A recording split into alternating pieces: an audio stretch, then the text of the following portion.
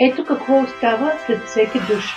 Четка пълна с косми. Косата ми растеше толкова бавно, падаше и станяваше, просто губих надежда с всеки изминал ден. Слаб фоликул, чувствителен скалп и няма сила да задържа растежа. Опитах хиляди спрейове и нищо не достига до корена. И най-накрая открих Arcane Hair Growth Potion, храна за фоликула. Или още по-точно казано серум за скалп на Адира. Само пръскане в корените след миене, малко масаж на скалпа и го оставяш да действа. С съставки като джинджифил, екстракт от рукола и витамини B6 ПП, този серум стимулира растежа, намалява костопада и балансира омазняването. След месец използване виждам как косата ми е по-плътна, вече не се паникьосвам, когато я мия. Нежен, но мощен, дължина, сила и коренова грижа в едно.